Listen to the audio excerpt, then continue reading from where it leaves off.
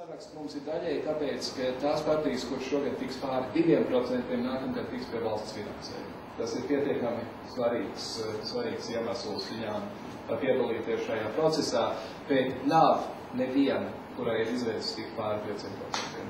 Ne sociāldemokrāti, kas ir norakstīts etaps Latvijā, ne PCTVL, kas ir vēstures mēslainē ieslaucīts etaps Latvijā, un katrā gadījumā ne šīm mazajām un jocīgajām partijām, kā Tautas kontrole un Virsmātes partija un pēdējā partija un tā tālāk un tā joprojām. Ja?